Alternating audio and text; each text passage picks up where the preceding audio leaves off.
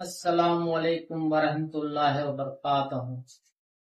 میں یہ گہری سوچ میں ہوں کہ آج کل کے لوگ کیوں یہ نہیں سمجھ رہے ہیں کہ میرے نبی کا جو دن چلا ہے وہ 1400 سال پرانا ہے۔ کتنے نبی کے دن کو تباہ کرنے کے لیے آئے اور مٹ گئے، پر نہ مٹا ہے نہ مٹے گا تا حسر میرے نبی کا دن، کیونکہ خود رب قدیر نے اس کو بچانے کی ذمہ داری لی ہے۔